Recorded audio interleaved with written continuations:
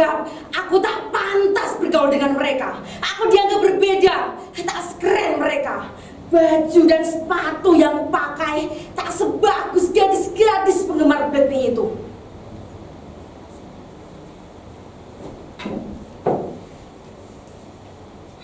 Semula aku menanggapinya acuh tak acuh.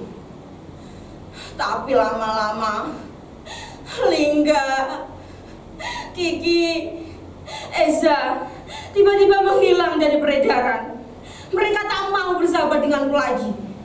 Apa arti gelang persahabatan ini? Tak berguna. Aini. Ya, Mak. Sebentar. Obat yang Mak pesan sudah ada di warung.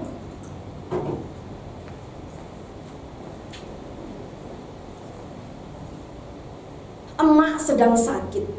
Sudah hampir sebulan. Aku belum sanggup membawanya ke dokter. Kata orang, biaya berobat ke dokter mahal. Apa? BPJS? Dari mana kami membayar cicilan setiap bulannya? Bu Siti yang kerja di puskesmas pernah bilang, iuran BPJS yang menunggak atau tidak dibayar terancam terkena denda. Ya sudahlah, orang susah dilarang sakit. Itulah mengapa sudah hampir sebulan ini aku menggantikan pekerjaan emak berburu karton, koran, dan botol bekas ke warung-warung dan toko. Sering aku memungut sampah yang sengaja dibuang sembarangan. Aku tak habis pikir kenapa orang-orang membuang sampah sembarangan.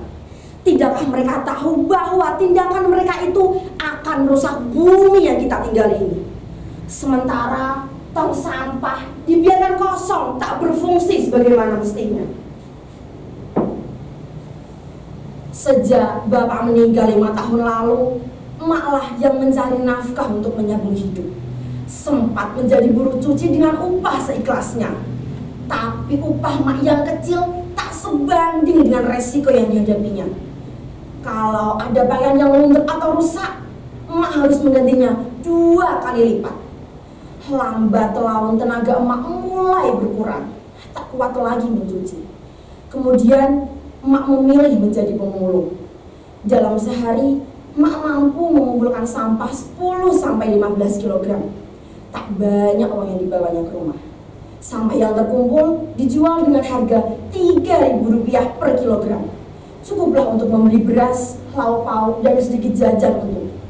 Hujan, terik, matahari tak pernah menyurutkan semangatnya. Dengan segala keterbatasan, emak berusaha memenuhi kebutuhan sekolahku. Emak ingin sekali aku menjadi guru. Menjadi guru adalah cita-cita emak dulu. Bagaimanapun pedihnya hidup, ingatlah kamu masih punya Tuhan. Janganlah menyerah menggapai cita-cita. Begitu pesan emak. Saat ini emak sakit keras. Barang-barang ini telah menyelamatkan hidup kami. Pepatah bilang, sampah satu orang adalah harta bagi orang lain. Dengan sampah-sampah ini, aku masih bisa makan, sekolah, bahkan jika ada uang lebih, bisa beli pulsa internet. Lihatlah langit biru ini, kesanalah matamu harus memandang. Apa yang kamu lakukan akan menjadi cahaya bagi orang di sekitarmu. Berapa ton sampah yang telah kau dan emak selamatkan? Jika tidak, sampah-sampah ini akan menguburmu.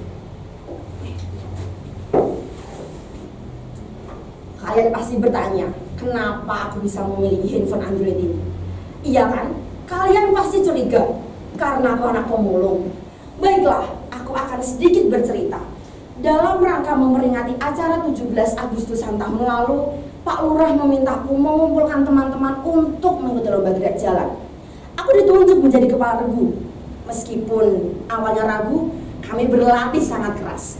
Dan akhirnya kami menang. Sambil memegang kumisnya, Pak Lurah bilang begini, Aini, kamu hebat, jempol untuk kamu. Tunggu bonus dari Bapak ya. Hehehe. Nah, jelaskan asal-usul handphone ini. Handphone ini pemberian Pak Lurah sebagai bonus. Tuhan memang maha adil. Di saat dibutuhkan, di saat itu pula Tuhan memberikan jalan. Kalian masih belum percaya? Akan kutunjukkan bagaimana aku menjadi kepala regu. Maju, jalan, kiri, kiri, kiri, hormat, gerak. Balik kanan, maju, jalan. Kiri, kanan, kiri, kanan. Kalian sudah percaya?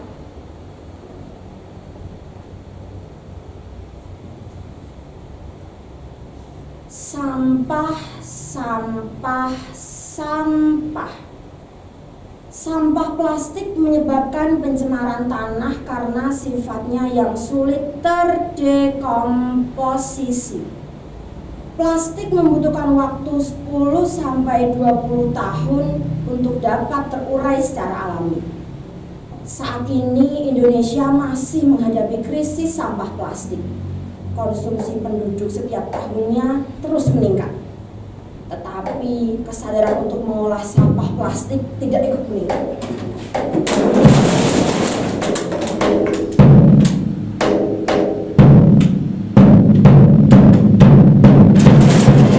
Di mana ini? Panas sekali. Langit pekat, pohon-pohon mati. Air, di mana air? Haus, kotor dan bau. Lihat, kedua mata orang-orang itu memerah, kulitnya mengelupas.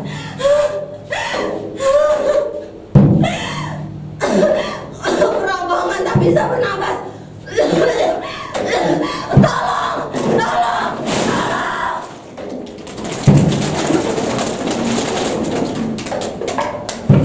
Apakah ini firasat? Tangan kecil ini harus berbuat sesuatu.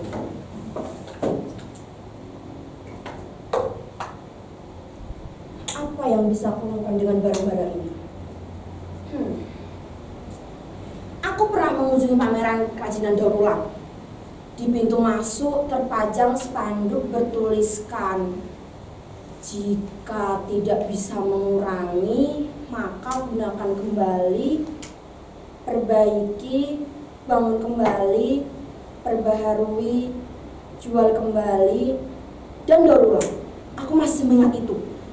Jujur saja, saat itu aku belum tertarik mengolah sampah. Dalam pikiranku, sampah adalah sesuatu yang kotor dan menjijikan. Dan menurutku, hasil daur ulangnya biasa-biasa saja, tak ada yang istimewa. Sekali waktu aku diajak ibu guru mengikuti workshop. Di sana diajarkan cara mengolah barang yang sudah tak bernilai menjadi bermanfaat.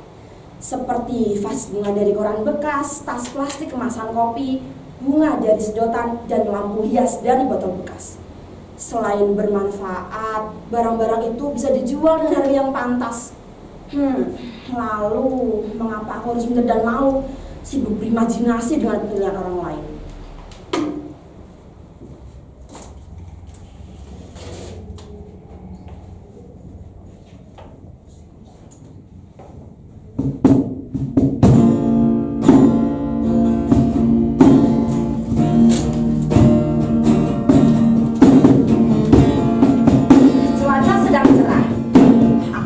Semangat merealisasikan rencana-rencana.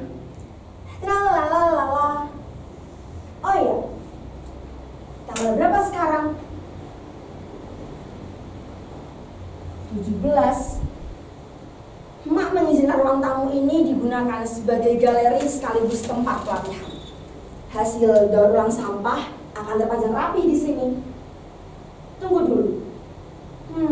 Bagaimana kalau meja ini diletakkan di sudut sebelah kanan? Nah, begini. Bagaimana menurut kalian? Cocok? Bilang saja kalau tidak cocok. Kalau begitu, ya saya sedih. Aku akan mengajak tetangga, teman sekampung untuk mendaur ulang sampah-sampah ini. Siapa? Sebentar. Oh, terima kasih Pak. Sampah ini saya terima dengan senang hati. Jauh-jauh Bapak mengantarnya kemari. Semoga warung Bapak semakin laris ya Pak.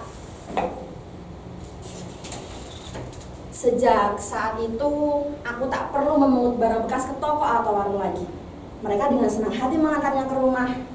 Semua orang di lingkungan ini akhirnya memiliki kesadaran memilah sampah dari rumah.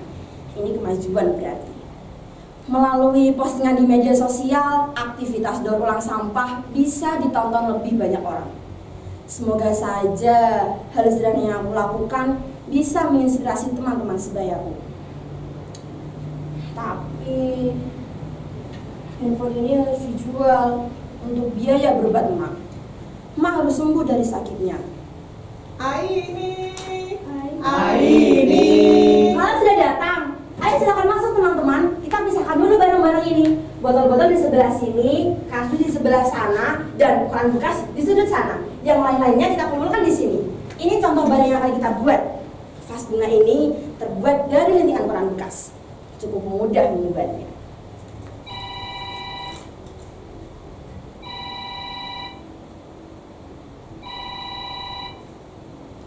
Halo? Ya, betul saya Aini. Betul Pak, saya dan teman-teman yang mendaur ulang sampah-sampah ini. Kapan jadwal pamerannya Pak? Baik Pak, akan saya usahakan. Boleh Pak, silahkan mampir ke rumah untuk melihat-lihat. Baik Pak, terima kasih.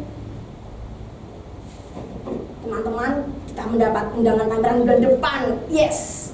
Kerajinan daur ulang kita akan dipajang bersama pengrajin daur ulang lainnya.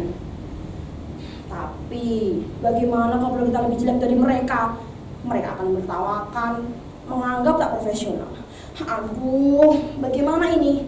Apakah tawaran ini harus ditolak? Tidak, kita harus optimis, percaya diri, dan yakin. Ini kesempatan baik. Ayo lebih giat lagi, lebih kreatif lagi. Sesuaikan dengan gambarnya ya. Barang yang sudah jadi, simpan di sudut kiri. Hati-hati, jangan sampai terjatuh. Sebentar, kita foto dulu. Coba dari sudut sebelah sini. Mari kita selesaikan yang lainnya. Mengguntingnya jangan terlalu pendek, nanti sulit menyambungkan. Lihat pinggirnya, harus lihat rapi.